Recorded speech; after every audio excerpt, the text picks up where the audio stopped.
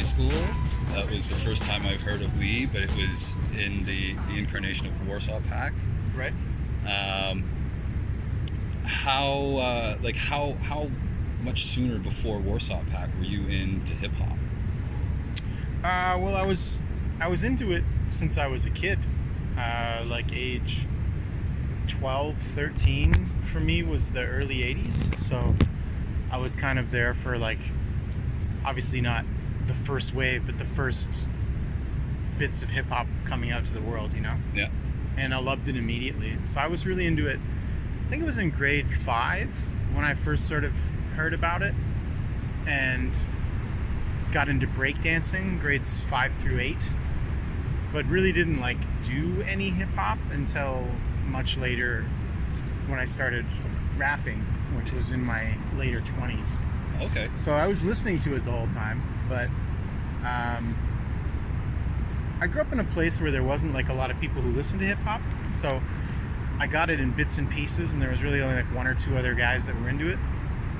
Well, a guy and a girl. Yeah. And so I had always listened to other types of music too, but I was always listening to hip hop. Yeah, probably like age 13 onward. Yeah. That's so. When do you think you were first introduced to a community or like a culture happening here in Hamilton? I would say that was when I came back. I was living overseas in the mid 90s, from like 94 to 97,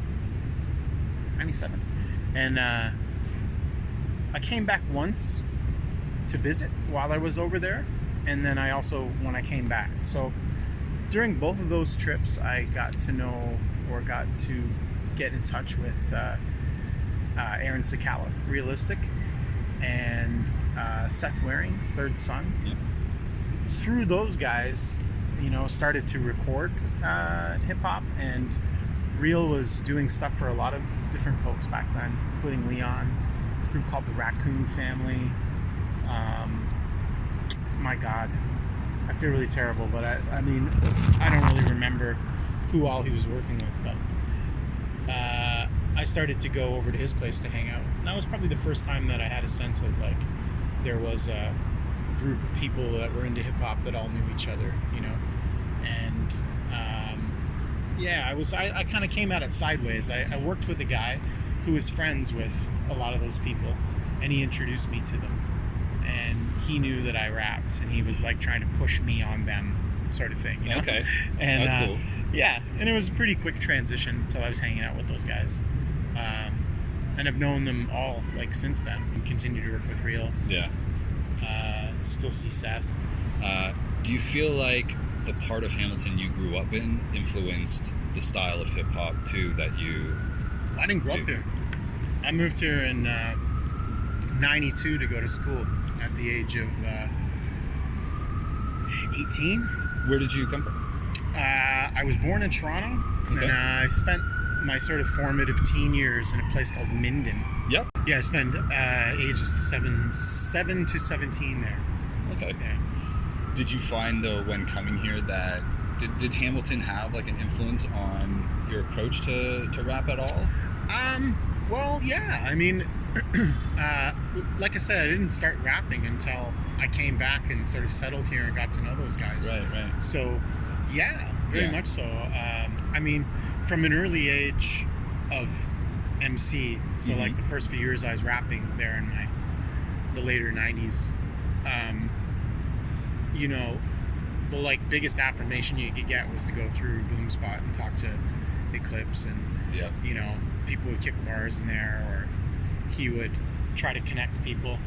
And so certainly, like, the approach in the sense of, like, how things are done in the city and, like, who to talk to and getting connected, he was highly influential and very much, like, set a kind of, like, marker of, like, accomplishment. Like, this is how you would do this is how you would do that. These types of shows are possible. Right. These type of events are possible, and certainly, like, opened my eyes to, like, DIY ethic. Like, I don't think Leon ever really thought of it that way, but that's what it was essentially. Yeah, He was totally. like creating community for Hamilton. Yeah. And so like that kind of vibe, and the realization that like Hamilton isn't massive, it's not anonymous. No. Yeah. And it really is small. Once you're in a community, yeah, exactly, you really right? realize how small this city is. Yeah, totally. Yeah. So I was able to see like at a pretty early rap age again, Mm-hmm. how interconnected it all is. And so yeah, I would say that Hamilton had an influence certainly on how like I went about it and how I dreamed of how it could be done, and certainly like steered how I interacted with hip-hop and Mhm. rap as a community. Yeah. And as far as like actual straight up bars and stuff like that go, like there's no one that I would point to in Hamilton that was a rapper that rapped about politics all the time, and you know Right. what I mean.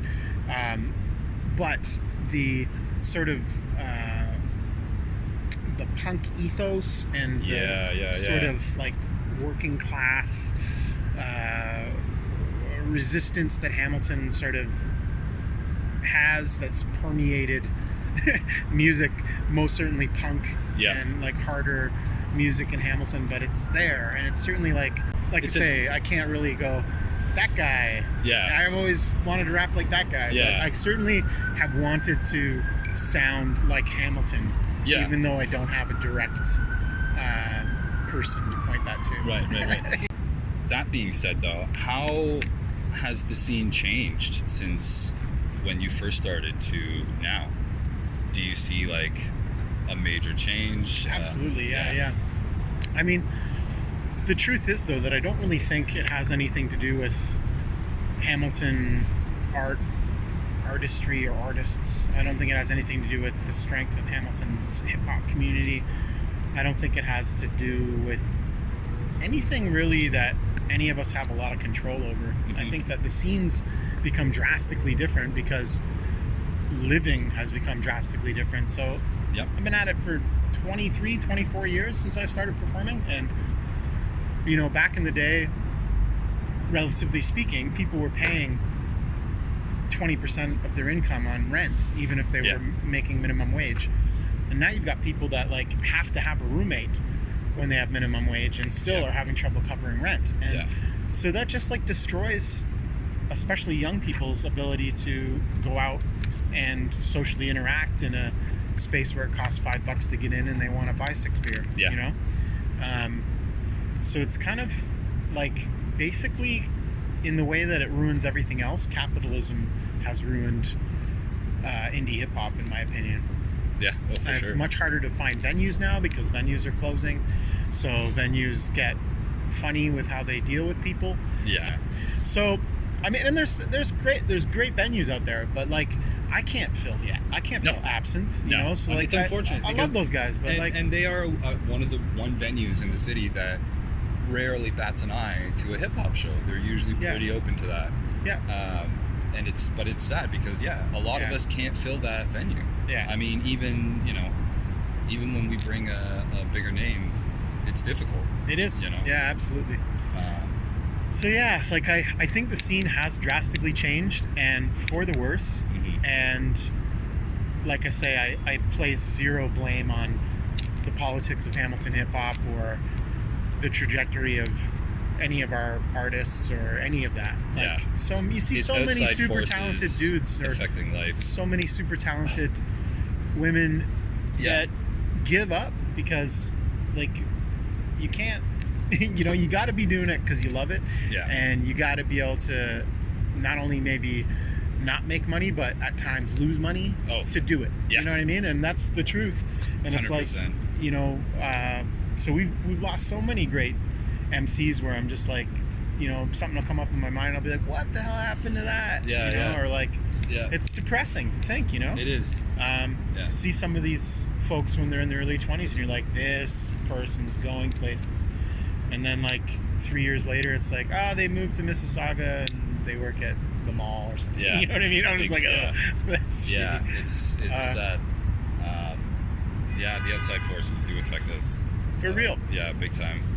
That said, I would like to say before we go on. Yeah. That said, there is fantastic hip hop made and continuing to be made in Hamilton. I think that there are like a lot of young folks doing great things right now. I think a lot of the stuff that's born out of the Hamilton Youth Poets, for instance, is really exciting. I've seen some of those folks do poetry presentations, but I have seen some of them like rapping as well. Yeah. And it's all stellar stuff. And for me is like really, it's politically and socially on side in a way for me that's very exciting.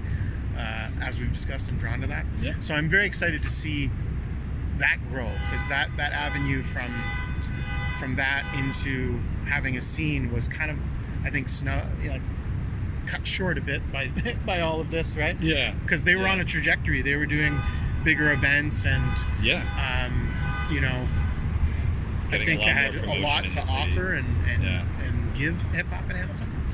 And I mean, there's a lot of young cats that, you know, like, I don't know if you went to any of those events that Good Apollo threw at. Actually, I performed at a few of them. Yeah. Honestly, like, there'd be like 12 cats that I hadn't heard of, and I'd be real impressed with like 4 or 5 of them every time. So I think for me, it's hard for me to say, and I don't really consider myself any expert on it anymore. No. Where, like, if you asked me 10 years ago, I could tell you everybody who was doing something and where they were going and what they're about. It was a lot. It was very tight knit. Well, we had Steel Gold to really help that too. Absolutely. You know, a few years back. Yeah.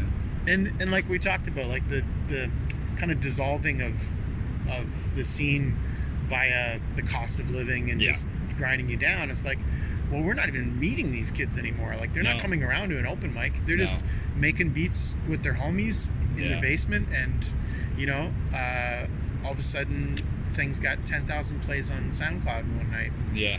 You know.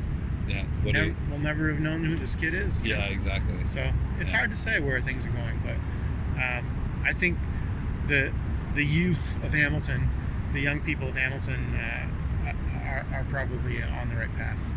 Awesome. Yeah. Awesome. Well, thanks, man. I appreciate you doing this. Yeah. And if you want to give a quick plug to anything. Yeah, Lee Reed. You can find me online. Anything Lee Reed related. Most of my handles are free Lee Reed on Twitter and Instagram and all that. And yeah, I've got, like I was saying earlier, I've got an EP dropping in mid-July, I think. Murder Hornet Landlord.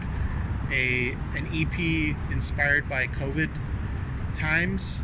And then the collective I work with, Rhyme Think, is putting out a compilation about cops and copping at some point in the next few weeks. I don't know when. Yeah. Awesome. Well, thanks again, man. I appreciate it. Yeah, you bet. Take care. Fuck the parliament, fuck the cops, and fuck the robber baron bosses, and fuck they offices. Predominant model of economics, and elephant cock in they ballot boxes. And fuck your profit, fuck your market, a pox on your pop stars and all your paparazzis. Red carpet.